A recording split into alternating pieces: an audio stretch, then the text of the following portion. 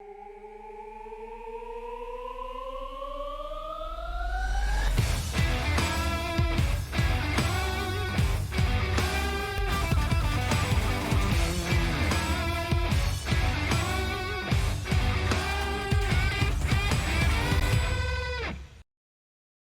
to shine.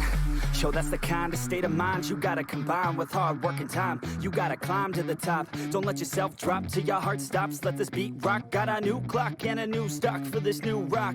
Just let your mind loose from the new stock. Drunk off the goose, thinking that I'm too pop. Getting caught with a few thoughts cause I'm too lost. Off the speakers can't even handle me. Giving what I got, nobody's gonna drain my energy. And I will never stop, I'm motivated by enemies. Setting up shop so everybody remember me. And no, I am not going through life regretfully. I'd rather work non-stop, what they call incessantly, than work some more job just to live life pleasantly. Already got lost in my mind, not a fantasy. I'm getting with a forgotten soul, so stop, drop, and roll. You lost all control and pop off your balls. I got squat, I fall, I'm not bought, I'm sold. My stock rocks, it's gold. Hey, knock, knock, she holding shit, talk to close. I ain't stopping though, it's hip-hop, you know. Or is it rock and roll? I'm not dropping down, no, my pocket's grown. You can't stop the show, so get rockin' on. So let me break it all down for you.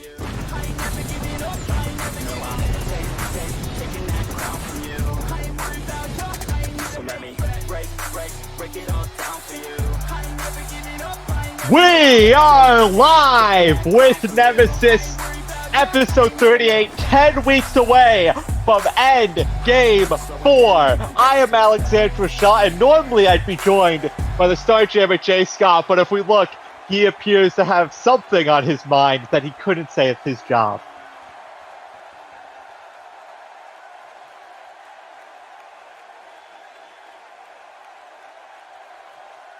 CWLUniverse. Last week I was presented with a conundrum.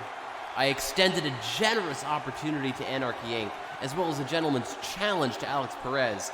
But I'm sorry to say that your current Nemesis heavyweight champion decided to violate the spirit of my offer in a vain attempt to help his friends regain their championships. I made it clear that for Anarchy Inc. to get their rematch at Supremacy, Mr. Del Gaiso or myself had to be granted a match for the Nemesis heavyweight championship, a match that I intended to occur on an episode of Nemesis. Mr. Perez, however, tried to outsmart me. He agreed to give us a title shot at Supremacy, meaning that either Mr. Del Gaiso or myself would be forced to wrestle 2 matches in one night. His actions deserve some level of commendation. I laid a trap, and I was the one who was caught, bound by my own words. However, as I was reflecting on my situation, I received a phone call. A call from an individual who had an idea so insane that it would turn the tables back in my favor. And all they wanted in return for this idea was an opportunity to participate. Alex Perez, your request will be granted. At Supremacy, both our championships will be on the line in a single match. That's right, we're going to do something never before seen in the CWL. Winner take all. The rules are simple. The match will be a 6-man tag between the team of Alex Perez, Jacob Nitro, Brian Adams, and the team of Rodrigo Del Gaiso, Jay Scott, and our mystery benefactor. If the former disciples win, Alex Perez will retain his championship, and Jacob Nitro and Brian Adams will become CWL Tag Team Champions. But if we win, we will retain the tag titles, and the individual on our team who scores the winning pinfall or submission will become the Nemesis Heavyweight Champion. Is this match insane? Absolutely. Which is why I believe the time has come to answer the only question on everybody's minds. Who is our mystery partner for this match?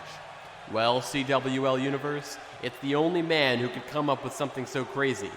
It is, of course, Raymondo. What? So, not only are we having one of the most mammoth matches in CWL history with a 6-man tag for the world title and the tag team titles, but somehow, the only thing crazier than this whole situation is Raymondo is a part of it. Raymondo! This man has more screws loose than a vintage factory.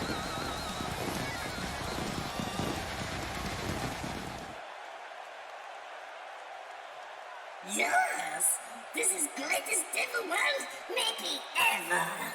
Raimondo is hired gun for Star Hammer this year. Yes, but Raimondo think he best hired bomb of all time. He's shown you in match supremacy soon.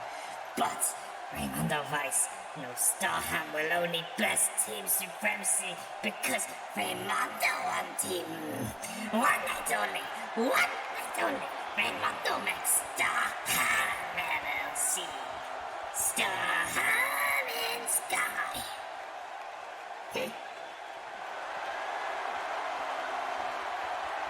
Jay, are you gonna? What are you doing? What am I doing? What I'm doing is putting all the pieces together. What I'm doing is creating an unbeatable. Why aren't you doing your job? Why aren't you at the commentary desk to call Sheila versus Quinn Edwards? What is sure to be a fantastic match.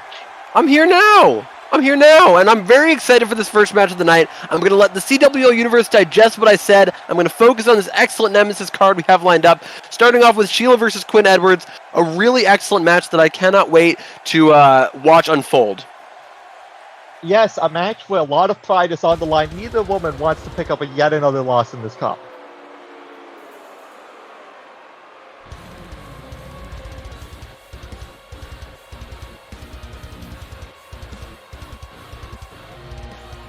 The opening match of Nemesis is set for 1 fall and is part of the Supremacy Cup. Introducing first, weighing 254 pounds, from Winnipeg, Manitoba, Sheila. Well, here comes someone who going into the Supremacy Cup many thought might be a front runner, especially given their performance at Battle Lines. But so far, she's the only one on Nemesis yet to pick up a win. So, she is the one with a lot on the line here. Yes, both her and Quinn Edwards are mathematically eliminated, but like I said, this is about pride. And I guarantee you, if Sheila could pick up a big win here tonight, it would be a big save for her pride and her ego. It's very important that she scores this win here, because once the Supremacy Cup is over, all these competitors still have their win-loss records to think about, and they want to be in the prime position to capitalize on any title opportunity, even if it's not as a result of winning the Supremacy Cup. That is what winning these matches is about. That is why Sheila is so determined to get the win over Quinn Edwards here tonight, and that is why both of these competitors are just absolutely focused on beating the other in this opening Nemesis match. Yes, and of course, like we said, we've said it before that maybe the pressure is also a little bit off because you don't have a chance at going to Supremacy for that big opportunity. But for Sheila, when you're 0-3 like she is now, the pressure is actually even more so because you've got a chance of not winning a single match. You've got to get at least one.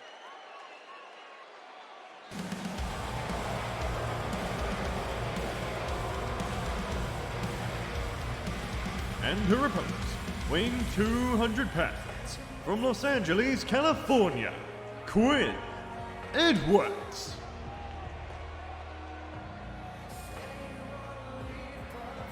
Quinn Edwards, she is determined to at least get a win over Sheila. It has not been an easy cup for her, but she's going to storm on through. She played spoiler the other week, and she's looking to continue that streak here by making Sheila's dreams of going at least, well, not undefeated in the Supremacy Cup, but unwinning. I'm not even sure what the word is.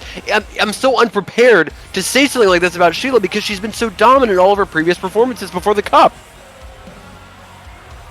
Yeah, and Quinn Edwards, someone who this also could be a bit of retribution for Battle Lines in a way, because Sheila was the big talking point of the Women's Battle Lines match because she got the most eliminations, but also Quinn Edwards was a big talking point because she was the only one on her team to get eliminated. So you've got to feel this is a chance for her to sort of get that, at least that little bit of retribution in that sense of, yes, this person was the better woman on that night at Battle Lines, but I'm the better woman now. Absolutely. It is very much a bit of a make good for her in this instance, but she has got to keep up all that focus because, as we know from all of Sheila's performances here on the main roster and the Genesis, her overwhelming power makes her such a difficult obstacle to topple. And now here, Quinn Edwards doing a very good job of toppling her from the beginning with that beautiful snapmare, but then Sheila following up with that, inverted DDT right onto the knee. And now forearm strike from Sheila. Sheila sends Quinn Edwards into the corner now, and just the strength of Sheila causing Quinn Edwards to just fall down. Doesn't even get a chance to stay in the corner. Just that much strength was put into it. And that's something that Sheila brings to this division that many can't. Flatting. Oh, look at that. Just slamming the face against the mat. That is the power that Sheila wields. Quinn Edwards was like a helpless ragdoll in her grasp. And now we see a Dragon Sleeper, which you've got to feel just the torque on that is going to be doing some damage. But Quinn Edwards able to escape before it gets too deadly. And now sending her into the turnbuckle here. Looking to follow up. Oh, with that shoulder charge, just punishing the back of Sheila. And she needs all of that core strength to execute that power slam that she uses to finish off some matches. And now caught with the spinning back fist, maybe looking to take a couple teeth out of Sheila's mouth. Following up with another one of those deadly snapmares. And Sheila now pushes off Quinn Edwards. Big Luthez press. And just raining down the punches on Quinn Edwards. But Quinn gets to her feet. European uppercut connects on Sheila. And now Hurricane Rana takes down Sheila. Quinn Edwards starting to get fired up. I'm surprised that she's been able to string together all this offense because, I mean, that Luthez press was more like a steamroller press. Did you see how she absolutely flattened Quinn Edwards? And you know, often we talk about needing to hook the leg in pinfalls. I think Sheila's one of the few people where a lateral press is more likely to get the win than doing a hook of the leg, just because all that extra strength going down. Now got her in the Rings of Saturn here. That modified crossface. Quinn Edwards able to get out. The next question is, a wrestling match is so similar to a chess match. Your strategy needs to be at its peak at all times. What is the next move that each of these competitors are going to be considering as they move forward in this match? Quinn Edwards seems to have gotten the advantage for now, but Sheila caught the kick. What a dragon screw. As now Sheila gets back control of this match. This has been very back and forth thus far. Neither woman has really gotten super ahead of the other. But there we see that just gut shot, and they're just raking at the eyes of Quinn Edwards. And they're just setting her up for a curb stop to the back of the head.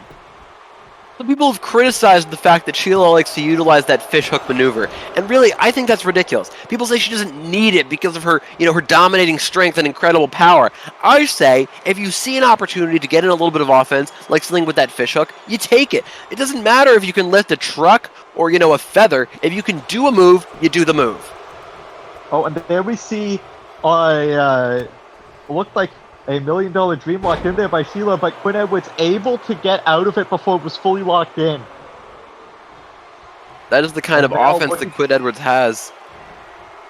And now slides it up, sliding knee strike right to the side of the dome piece.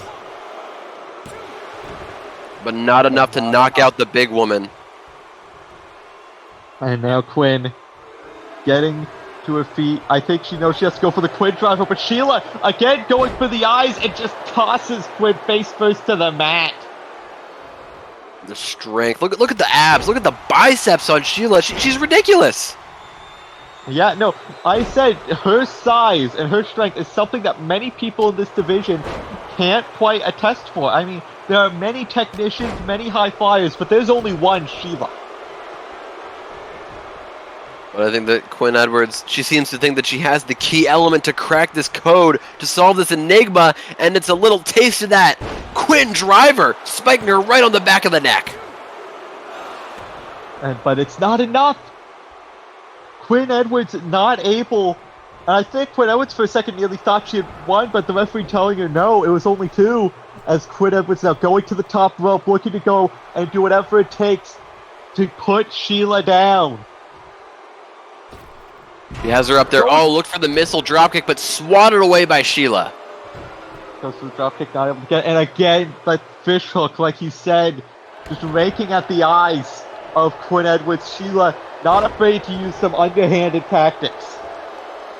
Look, if it gets you the advantage in a match against someone like Quinn Edwards, it's something that you got to use. I mean, Quinn Edwards, she needs to that pinpoint accuracy on the sliding knee strike, and if you're targeting the eyes, targeting the face, it's going to make it a lot harder for her to hit that in the precise spot to knock out an opponent.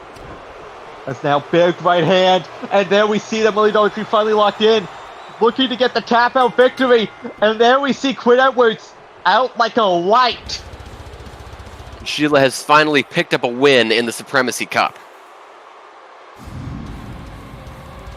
And a big win at that, beating former Nemesis Women's Champion Quinn Edwards.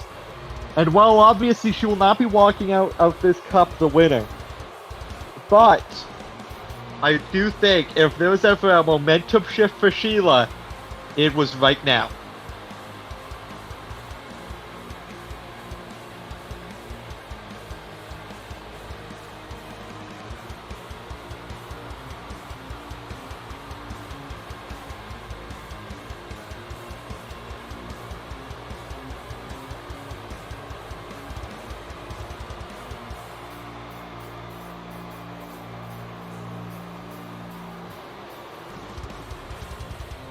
The winner of the match, Sheila.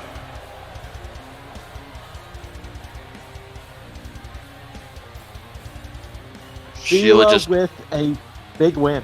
Big win tonight, Jay. absolutely showcasing her dominant strength against Quinn Edwards. And once again, as you said, which I completely agree with over the course of the match, she has her size, that X factor in the Nemesis women's division that just makes her so hard to account for. But there's been a little bit more of an X factor in recent weeks, which is the car that struck Selena Adams backstage. But she's feeling ready to compete this week. I mean, from what we heard from Dr. West Jr., luckily there was no breakages, no strains, but Selena does appear to be, I mean, they did seem to suffer from some form of concussion.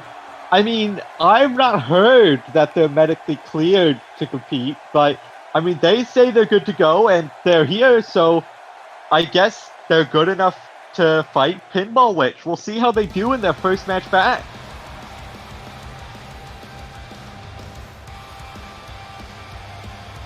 The following match is set for one fall. Introducing first, weighing 140 pounds, from Green Bay, Wisconsin, Selena Adams.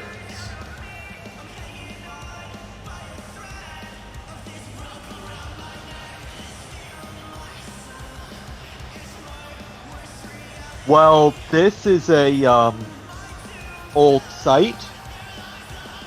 Yeah, a bit of a blast from the past here, huh?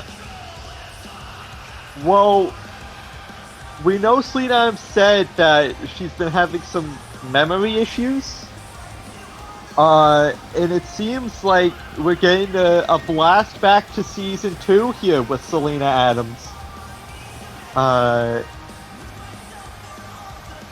I'm sorry, I was not expecting this. I'm a bit caught off guard. I mean, look, it's certainly something. I wonder if it's going to give her the edge against a competitor like Pinball Witch.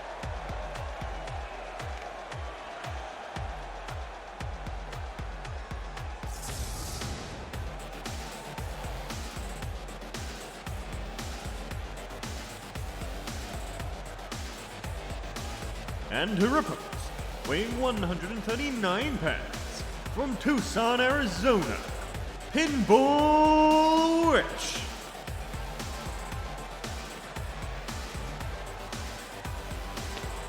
And look, there's not many worse choices to have your first match back against than someone who is as consistently difficult to face as Pinball Witch.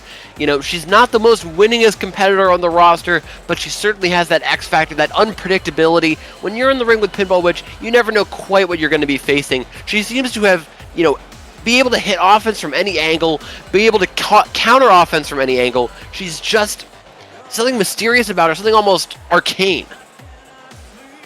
Yeah, and the thing is that, like you said, yes, her win-loss record is not the most solvent. It's not the greatest. But you ask any competitor on the Nemesis roster, from the top, the Harley Queens, the Jada Kings, from the Adiso Kekes, you ask anyone, and they'll tell you that if you're in a match with Pinball Witch, you're going to have to earn that victory. There's no such thing as an easy match against Pinball Witch. Absolutely. And now she's going to have to earn every bit of this victory if she wants to reclaim some of her Season 2 glory, I guess. Starting off huge with that sweep there. But now a dragon screw from Pinball Witch. I mean, if we're just being honest here, if there was one era of Selena Adams for her to go back to, I feel like Season 2 wasn't the best. I mean, statistically and just historically, she had a lot more success later on in her career. It was her rookie season, and now, I mean, we've seen how good of a competitor she's begun. We'll have to see, I guess, if she's kept any of that skill.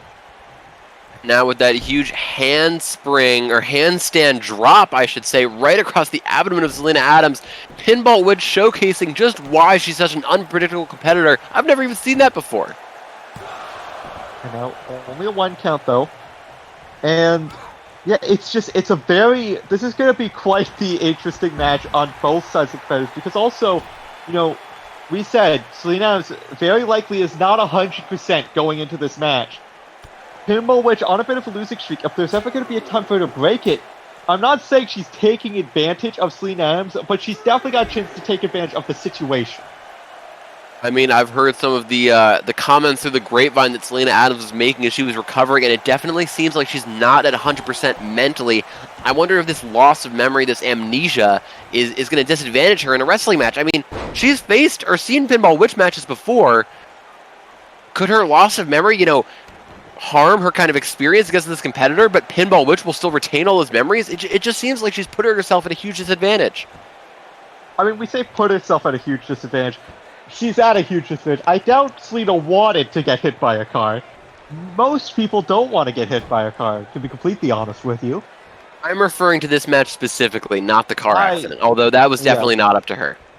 Yes, well, we now see Pinball Witch obviously not going to take Selena Adams lightly, no matter what injuries she may or may not have.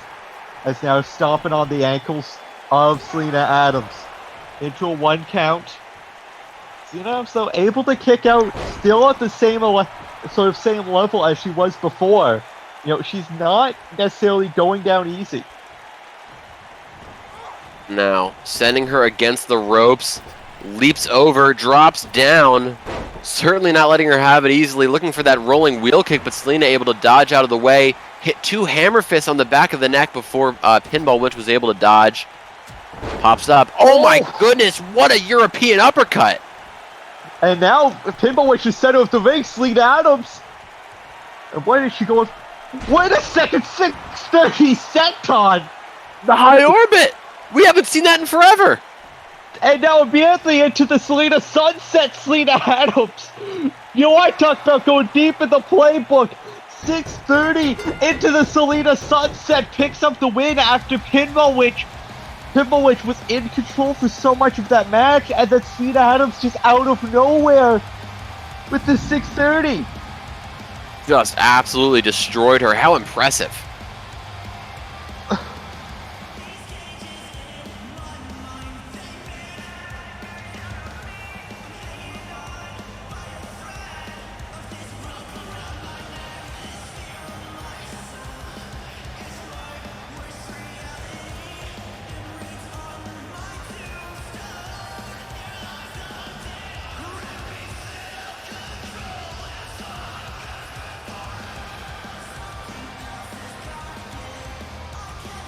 The winner of the match, Selena Adams. Well, it was a blast from the past, but also a back to winning ways for Selena Adams. As, well, she's back in more ways than one, Jay. I mean, absolutely. It was a tremendous victory, and Pinball Witch... Oh, hold on! Wait a second! Chris Edwards destroying Bobby Slam. Yeah, the backstage area, Brainbuster on the concrete floor. I mean, yeah, there's some carpet, but that is not going to feel good. Oh my god, spiking him with that DDT. The vertebrae in his neck must have compressed into like a paper plate by now. And he is not finished, clocking him in the back of the head with an unprotected chair shot. That is disgusting. And now targeting the legs of Bobby Slam. I mean, he's the giant for the reason, but if he doesn't have those legs, there's not much he can do. As now, great buster on the chair. And just looking, surveying his handiwork and picking up another chair. Oh no. And Oh, a again, concerto! continuing with the assault. Yeah, the concerto to the lower abdomen of Bobby Slam, and now continuing to target that area. That is just... I mean, how is Bobby Slam expected to... I don't want to even say compete, but survive after an assault like this? And speaking of compete, Chris Edwards is supposed to have a match later tonight. In fact, I think it's supposed to be coming up next. That's what the data here says. He's launching this...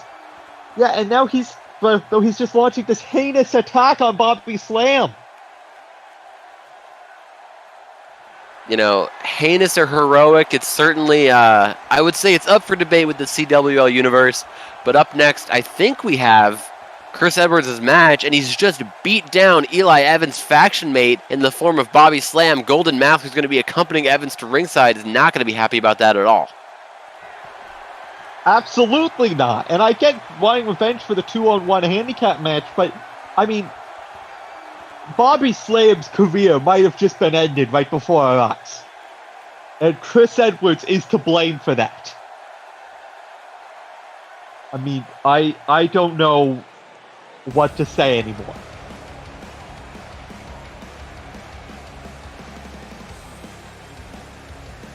The following match is set for 1 fall.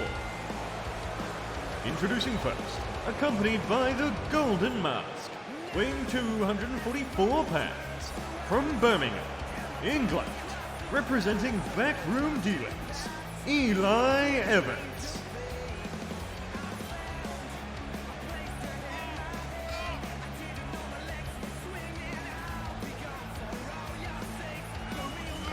And two members of the Backroom Dealings stalking their way here to ringside. They're going to be waiting for Chris Edwards with open arms so they can tear him apart. You can bet that Golden Mask is going to be interfering all the ways he can on the outside, but Eli Evans can definitely hold his own in a wrestling ring, and he's going to look to inflict a lot of punishment on Chris Edwards tonight. I mean, yeah, they just saw their boy backstage get the brakes beaten off of him. I'd be surprised if they weren't looking to get an extra pound of flesh from Chris Edwards. And his opponent, Chris Edwards.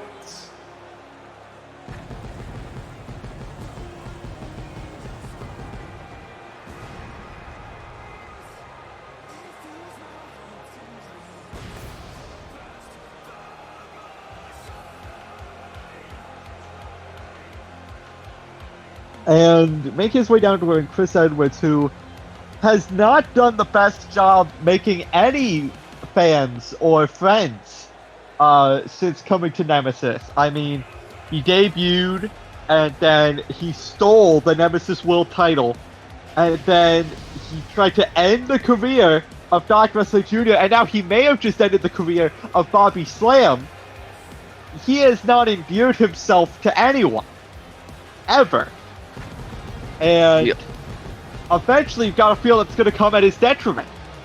I mean, look, I think the only person that Chris Edwards really cares about endearing himself to is Chris Edwards. If he feels like he's doing what's best for him, then he's happy no matter what other people think of him, and he is certainly going to see how that happens, how that affects him in the long run when he goes up against Eli Evans, who will, of course, be aided on the outside by Golden Mask. I mean, listen, I am not usually one to, understand interference. I've obviously was appalled and sickened by it when it happened with Lloyd Boy Haas, but, I mean, at this point, it'd almost be justified to see Golden Mask try and get involved. I'm not talking crazy here, am I? It would almost be justified to see Golden Mask try and get some of his own back. No, I totally understand. I mean, after a vicious assault like that, it's hard to understand why anyone would be able to even restrain themselves on the outside. And Eli Evans taking Chris Edwards to the aforementioned outside with that huge lariat. Well, seemingly taking the high road is Golden Mask at the moment, but I would not be surprised to see this break down as this match continues. But Eli Evans, someone who's definitely been impressive since the backroom dealings. He's someone who's sort of flown under the radar. He's not like Golden Mask or Pyro, who's been getting the main chunk of the spotlight, but he's been impressing every single time he stepped in the ring for backroom dealings. And I'm sending him into the corner. I completely agree. He has a lot of the tools that are necessary to make someone a star in this business, and he is utilizing those tools to their maximum effect here against Chris Edwards. Caught with the knee and then followed up with a huge neckbreaker, but Chris Edwards right back up! And caught with the spear! Just takes him to the ground. Chris Edwards, I think he's still holding a bit of a grudge from last week, just a hunch, as now big knees to the chest out of the moonsault. And looks to catch him here. But Evans fires right back with that forearm shot across the jaw. Edwards looks for a kick, but Evans too fast with that kick of his own. But Chris Edwards reverses that fisherman suplex attempt into a Northern Lights suplex. And now turns him onto his back. And now just, what's he got in mind here? Tiger position into the face buster. Oh, that is very unpleasant to be on the receiving end of, and he is not letting the facial punishment let up as he grinds his face into the canvas with that knee. Now, wait a second. Double leg takes down Chris Edwards, just stomps off the side of his head. And now Edwards turns over Evans, continuing to just wear down Eli. And just working the back of the neck there, making it very unpleasant for him to stand, much less wrestle. Chris Edwards up on that top rope. What's he thinking about? Looking for the bionic elbow and just catches him right on the top of the dome. And now picking up Eli. Big spinning wheel kick drops Evans. Into the cover now goes Edwards. 1, 2. No, I thought that was going to be it, honestly, at 2, but Evans able to kick out. But he's not done yet. We know that Chris Edwards' best shot is still to come. He's going to wait for the perfect opportunity to nail either that Nightfall or that Flashpoint. Two of the most devastating. Oh, here we go! That Nightfall Protocol! Catching him, smashing the face right onto the canvas! Oh, but it's not enough to keep Evans down! I mean, when you just saw, I assume he is aware of what happened to Bobby Slam. When that happens, you don't just roll over and lose to the guy that did that to him, your friend. You're fighting with everything you've got left. Caught with that huge knee strike, but Evans isn't done either. Loading up for a big finish here. And now spikes him with the DDT into the very cover. Similar. 2. Oh, but Edwards able to get out. Very reminiscent of Edwards' own finisher. And now Evans calling Edwards to his feet. He's not done. Drop kick. Sends him to the mat. Lifts him up once more. Lariat. And another. Off the ropes. Single leg drop kick. And Eli Evans heating up here. Up on the shoulders once again for another detonation kick. Edwards has been sent reeling with that one. Might even result in a pinfall victory here for Evans. No, just at the count of 2. Evans, you got to feel looking for that DDT once again. Looking to put down Edwards once and for all. And there we see hook the inside leg. 2. And Eli Evans gets some revenge for backroom dealings. Tremendous victory there over Edwards.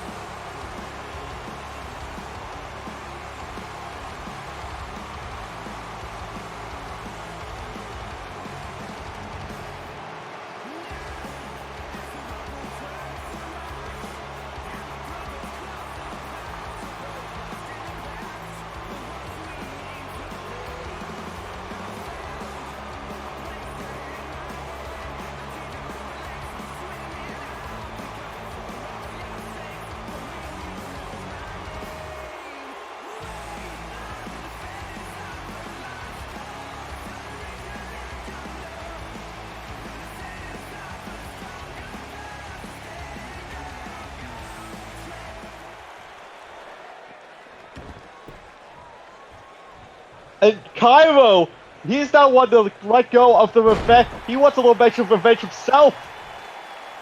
That's his brother in the backroom dealings that got beaten up. Bobby Slam was laid out by Chris Edwards earlier tonight, and Cairo is not going to let him forget it. He's going to nail him with some of that horrendously powerful offense that he had at his disposal. Yeah, and this is all about revenge for Cairo here. At first, what was a professional disagreement between these two has become increasingly personal now as of tonight. And Cairo, big Meteora. Hitting him on the back. I gotta say, I've never seen a Meteor executed quite like that before, but sending him toppling over the top rope. Cairo just devastating Chris Edwards, leveling him with that lariat, and showing that the backroom dealings are not going to be cowed by a backstage assault.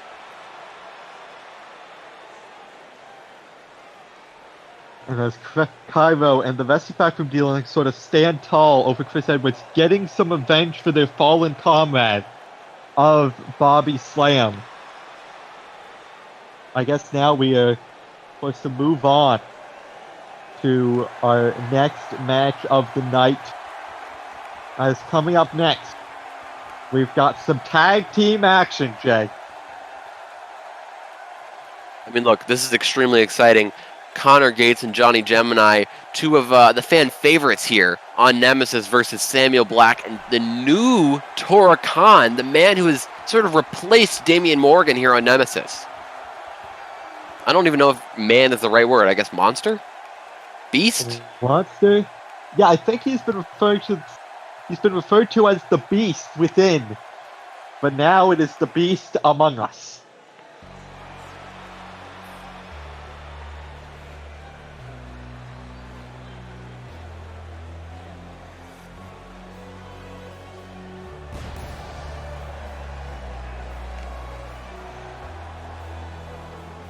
The following tag team match is set for 1 fall.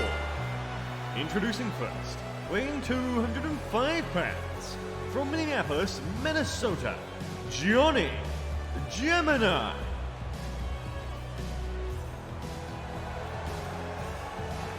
Here comes Johnny Gemini, the man who has captured the hearts and minds of so many of the CWL universe. He's got an interesting approach to fashion, but he certainly gets it done in the ring. And Gemini is someone who has felt like he's been on the cusp of, getting to that upper echelon. We've seen him have match of the night. We've seen him come close to winning Twitch title gold, but we've yet to really see him, past that extra level. We've yet to see him, cross that barrier that's sort of holding him back. And you've got to feel when he crosses that, the sky is the absolute limit. Oh, for sure.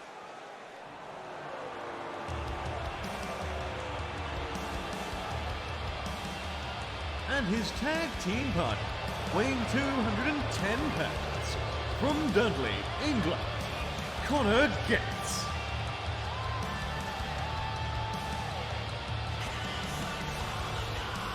Connor Gates making his way to the ring, the former Nemesis heavyweight champion. Of course, he will be facing one-on-one against Johnny Gemini next week, but this week he's going to be in the same corner as him in this tag team match. Yes, Connor Gates going up against Johnny Gemini next week, and that could be the big breakthrough moment for Johnny Gemini. But first, he's got to contest with this tag match.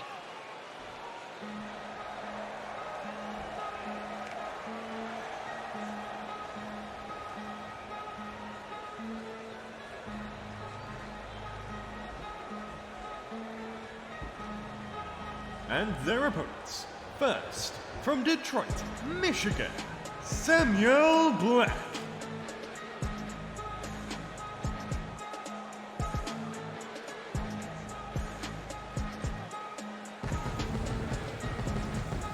And Samuel Black, an absolutely consummately powerful individual. He is out here teaming with Tora Khan for the first time. I mean, really the second time that anyone's ever seen Tora Khan, so it's very interesting that he chose to take him as his partner. I'm curious if he's maybe seen what he had to offer in that match that he had against Ken Warlock, and now is trying to capitalize on that untapped strength and try to match his own as a partner in this specific tag team match here.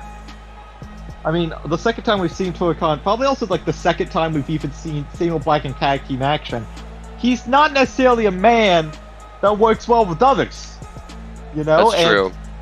I was chuckling to myself a little bit, as you could hear earlier with Connor Gates. It had to do with the fact that this has been a chaotic night of Nemesis, and also, you know, on the other show, Vindication was also very chaotic. As far as we know this could break out into a fatal four-way at any second. Because Gemini and Gates are fighting next week. Gates doesn't get along with anyone. We don't know what the hell the Beast's deal is. So anything can happen. There's no sense.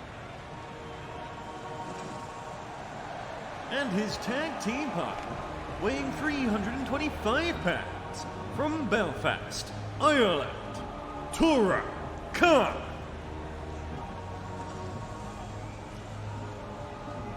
Tora Khan making his appearance, sort of almost replacing Damian Morgan in his match against Ken Warlock, but he came up on the short end of that. But now we get to see him, you know, for the full length of the match, for the full 9 yards, and I'm very intrigued, to say the least, as to what he can do. Look, he's Tora Khan, he's a mystery. He's an enigma, one that I haven't quite solved yet, and that frustrates me, alright? I like to be in possession of all the answers. And the fact that I can't really figure out where exactly he came from, or who even is, it's something that's really bothered me. And I'm hoping that perhaps this match will give me a little bit of insight, and give the CWLUniverse a little bit of insight into just who this person is, who this beast is. I mean, maybe that's why Samuel Black was, you know, able to work. Where is Samuel Black going? He's, Samuel Black. And we're starting the match with a top rope cutter. Okay, I told you this one could get wild and crazy, Jay. I wasn't sure if I was expecting this. Look, it's certainly something, and here we go, looking for that huge punch to the head. Johnny Gemini following up with that knee. Very interesting. We don't see Samuel Black go to the top rope often, and I'm very curious that he decided to do it straight out of the gate. But now caught with that backbreaker and followed up with that huge Russian leg sweep. Johnny Gemini has certainly scored the early advantage over Samuel Black. And these are two men that have a short history, but a short but storied one. I mean, it was Samuel Black that nearly took Johnny Gemini out of the Twitch title match at Titan Clash, inserting himself into said match, and then Johnny Gemini was able to make it a triple threat at the last second, and Samuel Black feels like he cost him the Twitch title, attacked him last week, and that's how we're here with tag team action. Johnny Gemini certainly has a little bit of animosity with most of the people in this match. Connor Gates, of course, is definitely scouting him for potential weaknesses before they clash next week, and Samuel Black is very frustrated about that Twitch title opportunity that they both lost. And that's sending him back into the friendly corner. Tora Khan is kind of the only person who Johnny Gemini is cool with. Unfortunately, he's on the other end of the ring. Now we see a schoolboy and a great showing of athleticism from Khan. Very rarely do we see that sort of corkscrew clothesline. I guess it's almost a variation, though, of the twisted view. Yeah, sort of. I'm very interested about that interesting cooperation from Gemini and Gates. I was not expecting to see such a coordinated bit of tag team offense so early in this match. I mean, can you expect anything anymore? I mean, we've got guys that are fighting next week teaming up. We've got, you know, the match started with a cutter off of the top rope. Anything can happen in the CWL, and this match is the blueprint for that idea. Absolutely, and now that Connor's done working it, he's ready to capitalize. I was going to say capitalize, but it looks like Samuel Black doesn't want him to have that opportunity, tagging right out to Tora Khan, and Connor Gates just bouncing off of Tora Khan. Tora Khan going right for the stretch muffler. Just lifting him almost effortlessly. And then we see Connor Gates able to eventually kick himself off. Sends Tora Khan off the ropes. It connects with that back elbow, able to get the beast off his feet. Rare to see Tora Khan grounded, but Connor Gates has done it. He's the former Nemesis heavyweight champion for a reason. And also a very successful champion, and this isn't to discount anyone's reign, but we see a lot of champions that will win the title but can't defend it. Connor Gates defended it multiple times, and often he wasn't even holding the belt. Someone else would steal it.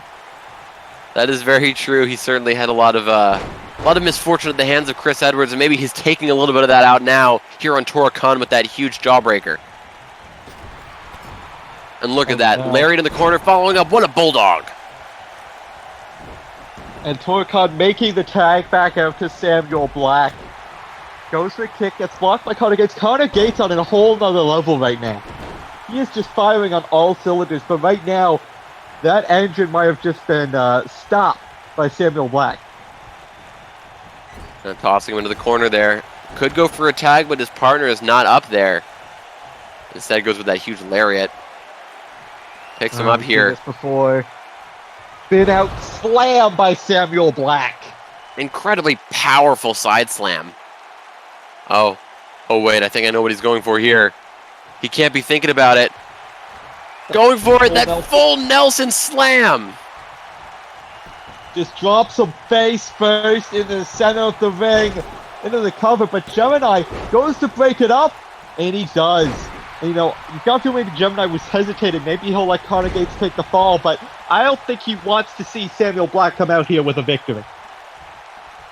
Now nailing the jawbreaker, I think you're exactly right. Now I'm wondering how the hold on, twisted view from Connor Gates. And he's starting to feel it. Connor Gates going into the cover, but I think that hesitation to sort of get himself fired up was what caused him to maybe not get a 3 count off that. Because he certainly might have been able to. He has a lot left in the tank, but I was wondering earlier if maybe that hesitation on the part of Johnny Gemini would impact the cooperation between him and Connor Gates as this match continues. But right now, Johnny Gemini is a non-factor as Connor Gates is in there by himself against Samuel Black with Tora Khan waiting in the wings. And now just repeatedly smashing his head against that top turnbuckle is Samuel Black. And now Connor Gates falling to the mat, but Samuel Black also not doing too hot in terms. He had to hesitate there, catch his breath for just a bit, but Johnny Gemini, again, does not want to see Samuel Black pick up the win. As much as I'm sure he would love for Connor Gates to go into next week with, a little bit of added injury, not go into there 100%, it's also a matter of pride for Gemini. I mean, you're absolutely right, and what a way to break up a pinfall. That double axe handle clobbering Samuel Black on the back of the head. That could have been a knockout shot by itself. Yeah, so now Tora Khan in this thing now. Picking up Connor Gates. Goes for the strike, not quite able to get it. And now Connor Gates trying to chop the big man down. Not quite able to get it. As Tora Khan just stands there, not falling. I mean, he is an extremely big man. Catches him with a drop toe hold there. One of the most deadly moves in all of professional wrestling. I mean, this series is one half of the most devastating move in all of professional wrestling, the drop toe hold double drop, which I'm surprised we've not seen a team trying to employ in this tag team match. I would say, the tag team effectiveness between Tora Khan and Samuel Black has been minimal, and they have done a very good job of keeping Johnny Gemini out of the ring here, so they that one tag team maneuver between Connor Gates and Johnny Gemini, that is. But I wonder, going for a tag here perhaps, Johnny Gemini not quite in position, able to get it now. Yeah, finally grabbed a hold of that tag rope as Gemini comes in. Tora Khan, though, to his feet. And now got that front chancery locked in. But we see the snapmare to a big spinning roundhouse kick from Gemini. Really kicking the head off of Tora Khan. And maybe taking a couple of fangs out of that mouth. Oh, well, now we see the back suplex flipped out of it. Does Gemini, but a kick to the gut stops him. And now we see gut wrench. But again, Gemini just able to dodge any and all power moves that Tora Khan is able to go for. He follows up with that huge bulldog, and now he's setting up for something even bigger. Here it is. The true Gemini driver. Just drops him right on his neck. But Samuel Black goes to pick it up, but Tora Khan just kicks out. And Connor Gates, I don't know if you saw that, caught Johnny Gemini right in the ribs with that shot. maybe a little bit of difficulty brewing in the tag team here. Yeah, maybe a bit of trouble in paradise or a purposeful cheap shot to get ready for next week. Who can truly tell? Only Connor Gates and God. But Tor Khan right now, he is in a bad way. He may be a beast, but both men have been hitting him with some of their best shots. And while he still hasn't been able to be put down, he is still getting hit with these Kumite kicks. That was deadly as all hell. Tor Khan is going to have to pull some major tricks out of his bag if he wants to... Oh, wait, hold on. What the hell is he going for here? Lining him up. It just Spear! cuts him in half. Oh my goodness. I was not expecting offense out of Tor Khan like that. That is just dominating power. And maybe also a bit of a shout out to Johnny Gemini's former tag partner, John Spartacus, trying to get in the head of Gemini while also cutting him in half at the waist. And now, here we see, lining up Gemini for the pounce! And that could very well be it for Gemini. Tor Khan looking for the pinfall here. Samuel Black's going to have to be quick if he wants to stop Connor Gates from breaking this thing up. And just a 2 count. And we see Gemini not able to kick out. He needed that to be broken up. That pounce was devastating. Yeah, and now Samuel Black just laying a big boot on the referee. I told you it's going to get wild and chaotic. It's every person for themselves. Even the referee's not safe. Even we aren't safe. And now just clobbering him with that big shot on the shoulder. Look, Samuel Black did not need to do that. He had already dispatched of Connor Gates, but he decided to just kick the head off the referee for good measure. We might need another official out here. Oh, hold on. He's getting up. Never mind. Yeah, he's slowly getting to his feet. And as he sees Tor Khan coming towards him, he wants nothing to do with the big man. And he's got to be even more scared now that Samuel Black is in the ring. Maybe he'll fast count the next pinfall just to get this thing over with. I mean, normally I don't like fast counts, but I'd understand for safety reasons why he might want to do it. But though, I think that would only incur the wrath of Samuel Black and Tor Khan if he was to screw them out of this match. Now here we go. Samuel Black setting up for something big once again. He's got it in. Nelson Bulldog just planting the face as hard as can be right on the boards of the mat. Into the cover, hook the leg, and that is... I could have sworn that was 3. I could have sworn I saw his hand hit the mat. Apparently it was not enough. Maybe a little bit of vengeance from the referee after that huge big boot to the face. Johnny Gemini not finished with Black, though. He's going to the top. And, oh no, I think I know what he's thinking. I think he's going to go for a little bit of that auteur theory.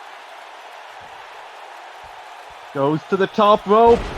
And connects flush with the auteur theory. Into the cover. Hook of the leg. And the Beast able to break it up. In the nick of time.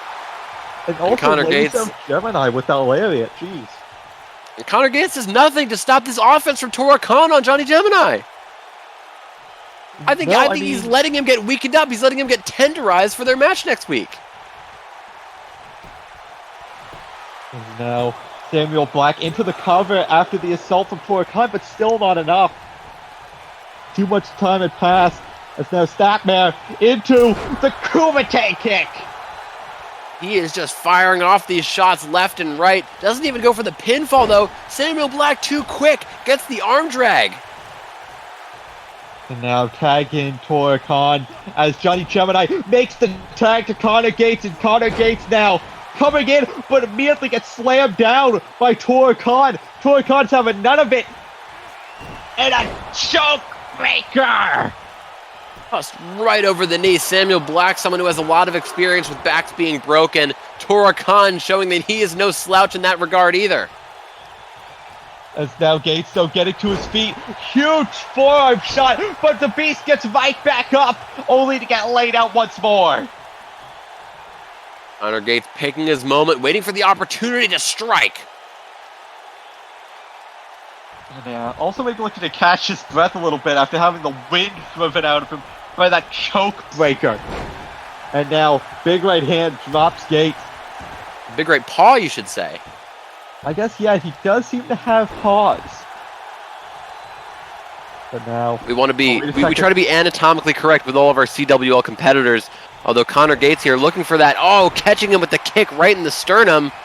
Got him hooked up. Code Blood connects.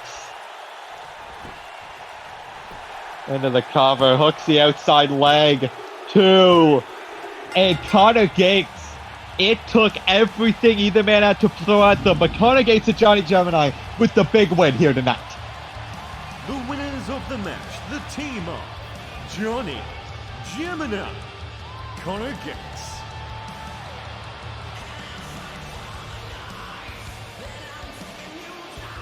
And I'm surprised that these two could even celebrate with each other. I mean, look, they got a big win, sure, but Connor Gates was undermining Johnny Gemini every chance he had during that match. I mean, I think Johnny Gemini was too busy getting his, Gates thrown around the ring to maybe even realize what Connor Gates was doing, but we move on, and well, now we go to a very interesting situation that has been developing over the past couple weeks as Alex Clark makes his way to the ring, and Jay, we saw this situation begin to unravel a bit further just last week at the conclusion of Zach Anderson and Dr. Wrestling Jr.'s match. Absolutely. We had front row seats. We saw the drama unfold as Alex Clark was looking, for the attacker, waiting for someone to strike, and it turns out Zach Anderson was the one who struck. I mean, if you're Alex Clark, you're in one hell of a predicament right now. On one end is your best friend of years. On the other end, you've got your teammate and your current partner. It's hard. He's got to be conflicted.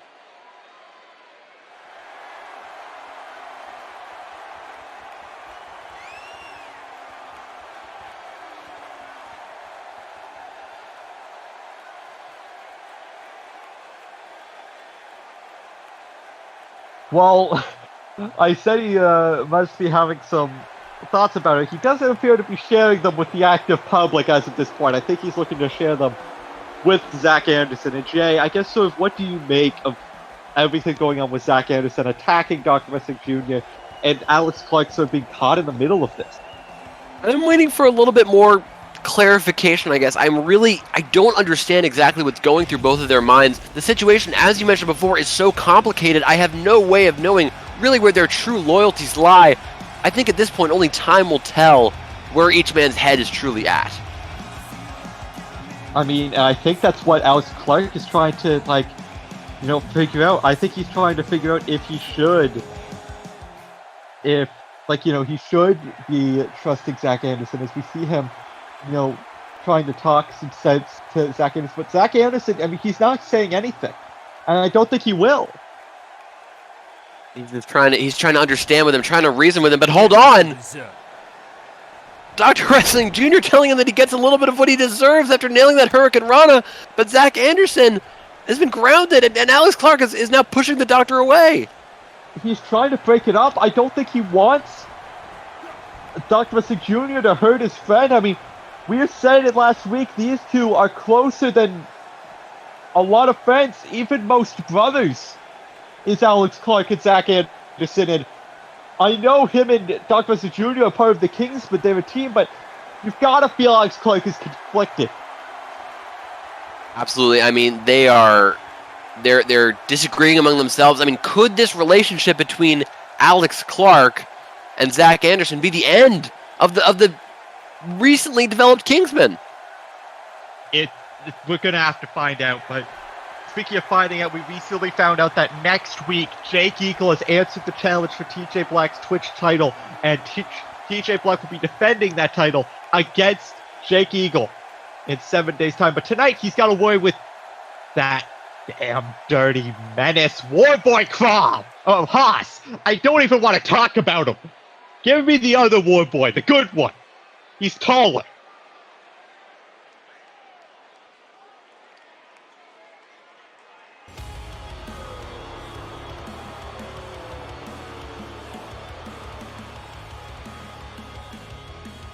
The following match is set for 1 fall. Introducing first, weighing at 215 pounds, from Salt Lake City, Utah, your Twitch champion, the loaded gun, TJ Black.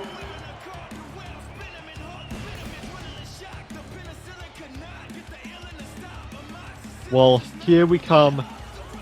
Here comes a man who, on a normal day, I would have nothing but, well, I won't say nice things to say, or poor things to say, but rather just the truth to say. I mean, he has demeaned a lot of competitors. He has rubbed a lot of people the wrong way.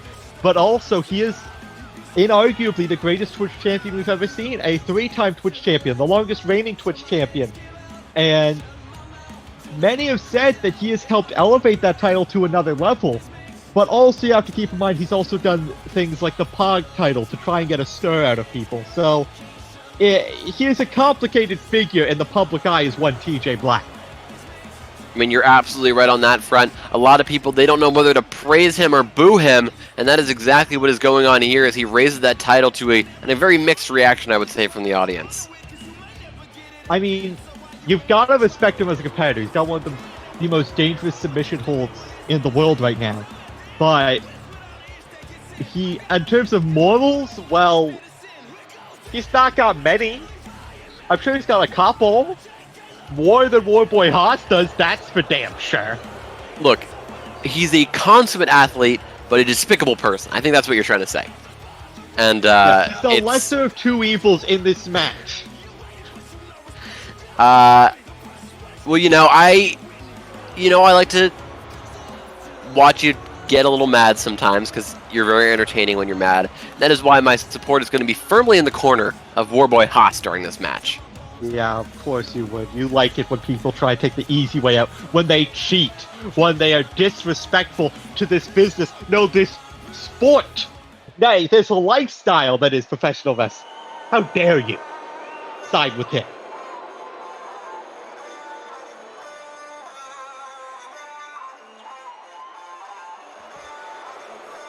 And his opponents, representing the War Boys, weighing 179 pounds, from Melbourne, Australia, the War Boy, Haas.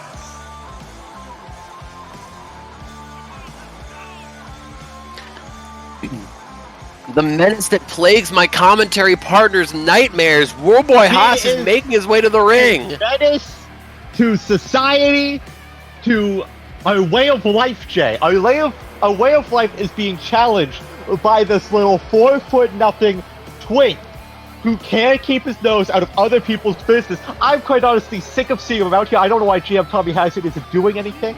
I don't know why he hasn't been shipped to Vindication or Genesis, but I'm not going to stand for it much longer. Can't I just introduce the damn man? Can I just go 2 sentences without you jumping in for how much you hate Warboy Haas? I'm sorry, but I'm passionate. Okay? I have passion for this business, and when I see people disrespecting it, I get upset. TJ Black on the initial bit of offense here against Warboy Haas, clobbering him with, 2 boots right to the chest. Now, I mean, TJ Black, you've got to feel that the pressure is on because, I mean, if Warboy Haas wins, there's every chance he could possibly get added to that match. But also, you don't want to go into a loss on any title defense, much less, one this close to Supremacy and this close also to Endgame. You'd think TJ Black would love to walk into the show of shows with that Twitch title and the POG title as a double champion. I agree with you completely. It's quite a volatile situation, and Warboy Haas looks to exploit that as he follows up by twisting the arm. Ooh, right out of the socket. Yeah, of course, targeting the formerly injured arm, exploiting it, just like how he likes to exploit the rules anytime he's not in a match by getting involved. Listen, I hope TJ Black, I hope he doesn't even knock him out with Sleeper. I hope he kicks his head off with the Black Plague. I would pay good money to see that, but luckily I'm getting paid to see it. And now, caught him with the leg there. Now has him hooked up. Arm-caught fisherman suplex. What a complicated maneuver. Of the Northern Lights variety, yeah. Warboy Haas, though, immediately back to his feet, and there we see TJ Black blocking the big boy senton, and he's able to block it because, simply put, Warboy Haas is not a big boy. I don't know why he's going for it. He's using all of those 99 pounds to maximum effect. Okay, 99 pounds is being generous, and you know that. Here we go. Catches him with the kick right in the gut. And As follows that up with that rear clothesline. Look at that. Could have knocked TJ Black's head right off with that. Okay, I think the referee needs to start administering Warboy Haas for these blows to the back of the head, okay? In the rules, shots straight to the back of the head are usually illegal, but no, because Warboy Haas is so beloved and people chant war when he comes out, even though he is committing an act of war on this entire business, he gets a pass, but he does not get a pass from getting spiked headfirst onto the mat. That was a tremendously impressive tornado DDT. Even more impressive given who it was on. I'm unsurprised to hear you say that, but look at this. TJ Black stomping on the back, stomping on the face, and now turning him around, wrenching back on the fingers. And just knees to the small of the back of Warboy Haas. And again, turns him over and just laying in the punches, making him suffer for his transgressions against this company and against this business, just making him suffer. And Warboy Haas having the audacity to fight back. Now, after getting caught with that big boot, look at that. Goes for the chop, sends him there, leaps up basement drop kick. There's now TJ Black going into the Dragon Sleeper. Shades of the world champion Alex Perez here from TJ Black. Is now They're gonna finish him. And Haas connecting with those knees to the face, but gets caught. Sleep hold. It's over. It's over. 99 Haas. Just ring the bell already, ref. It's done. It's done. Out like a light. TJ Black wins. And now get this man out of this company and off my screen. Be gone with him. Get him out. Unfortunate end to a fantastic match. Yeah, it was fantastic because TJ Black won and Warboy Haas is a little stinky loser.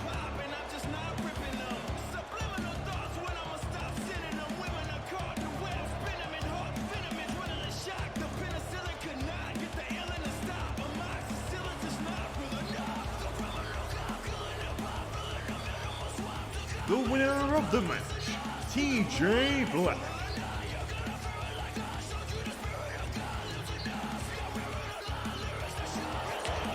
TJ Black celebrating that huge win over Warboy Haas, looking to go strong into his title defense against Jake Eagle next week, but he has an eye on that battle for supremacy. I mean, we obviously know that TJ Black now riding a lot of momentum after beating Warboy Haas, and has got to feel on top of the world. And he now looks to go up against Jake Eagle, someone who in Japan he has beaten before. But in 1 week's time, the stakes are going to be much, much higher, as his prized Twitch championship is on the line. I mean, look, it is one of, without a doubt, the most valuable opportunities in all of CWL to have a shot at that Twitch championship, but arguably even more valuable is what we have coming up in the form of the Supremacy Cup, and Liza Horror and Cassidy Clark have been doing their damnedest on the Nemesis side of the bracket. Cassidy Clark with the clear advantage, but perhaps Liza Horror can get a bit of an upset here in this main event. And also, this is a match with some big repercussions for the Supremacy Cup as a whole on the Nemesis side. Because if Cassidy Clark wins, then the only way Valkyrie can win the Nemesis side... Actually, she can't win the Nemesis side. It would come to it. The main event of Nemesis is set for 1 fall and is part of the Supremacy Cup. Introducing first, weighing 137 pounds, from Chicago, Illinois, Liza Horror.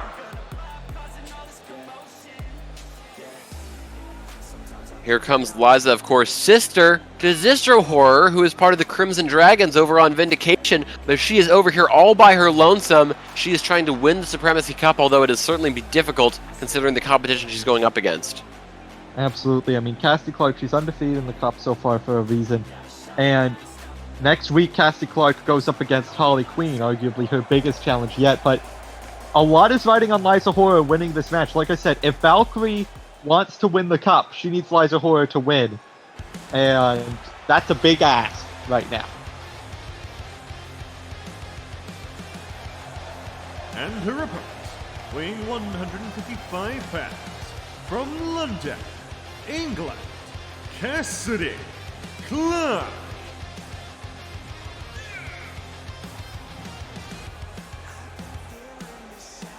One of the founding members of the Kingsmen, who has maybe been the most successful member of the Kingsmen since their formation. She's already beaten Valkyrie. She's already beaten Quinn Edwards. She's already beaten Sheila. All that is standing between her and qualification is a win here tonight and a win here against Harley Quinn. In fact, she could lose here tonight, and as long as she could beat Harley Quinn, she moves on.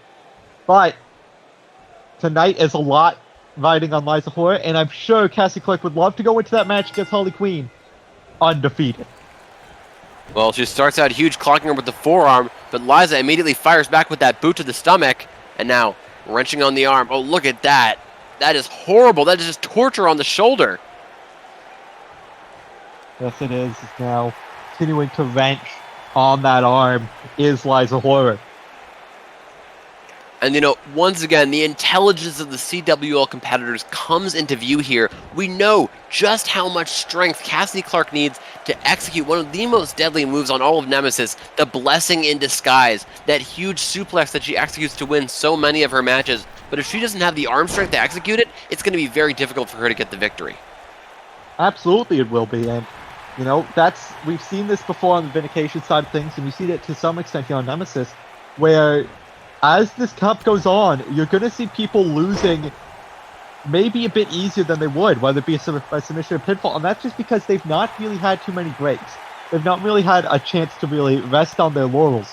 If your arm is getting torn apart in a match, well, that arm is not going to be... It's going to be a target for the rest of the tournament, let's just say. Absolutely. Now lifting her up, but caught with the jawbreaker. Liza just takes her down with that lariat. And of course, Liza would love to, even if it doesn't mean she'll, you know, make it to a qualifier in the cup, you'd think she'd love to be the first person to beat Cassidy Clark in this cup. Something that Quinn Edwards, something that Sheila, something that Valkyrie couldn't do. It's quite an elusive achievement, but she's certainly on her way there. Cassidy Clark was rushing forward with that offense, but Liza saw it, intercepted with that huge back body drop, and now I was going to say got her advantage, but Cassidy Clark is back on her feet. He indeed is. As now sends it to the corner. Big knee missed by Valkyrie. Or not by Valkyrie, by Liza Horror rather. And now Liza Horror lariat takes it to the ground. Now, just pulling back on the neck, pulling back on the chin. Slams her down. And now going to the top rope is Valkyrie. Big headbutt connects. Huge move there from Liza. Turns it around. Boom! Almost like an arm snapper there. And now turns over again. Is Liza Horror now. Stomp to the gut of Cassidy. Precise. And Liza Horror. You've got to feel set it up now. Looking to put her away. Support connect. What an enziguri to the side of the face. Of course, Cassidy Clark is pretty experienced in the realm of enziguris herself, but she was no match for that huge boots of horror that absolutely clobbered her in the side of the head. He was able to kick out though, and that's what's important. Even if you can't reverse the move, as long as you're able to get that shoulder off the mat, you've still got a chance in this match. And now, Devil's Lullaby connects. That might ruin Liza Horror's chance in this match. And she's just going right for it. She's not going for a pinfall. She's going for the full Monty. Now, she's got it locked in. The Black Widow. Could this be enough to get a tap out here from Liza Horror? And the match is over. And Cassidy Clark secures herself a good spot coming up next week. 4-0 so far. And right now, the only person she has to worry about beating her, not tying with her, but beating with her, is Harley Quinn, who she happens to face just next week.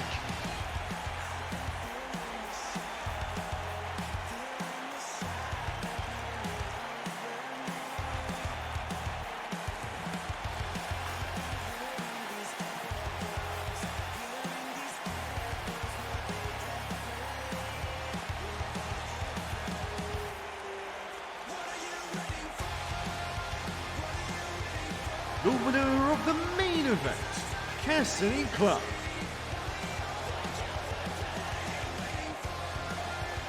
Well, with Cassidy Clark seemingly unstoppable, we'll see if anyone is going to be able to beat her in this Supremacy Cup next week. As for now, though, that's all from us here from Nemesis and from the CWL. He's been Jay Scott. I've been Alexandra Shaw, bidding you a very farewell adieu.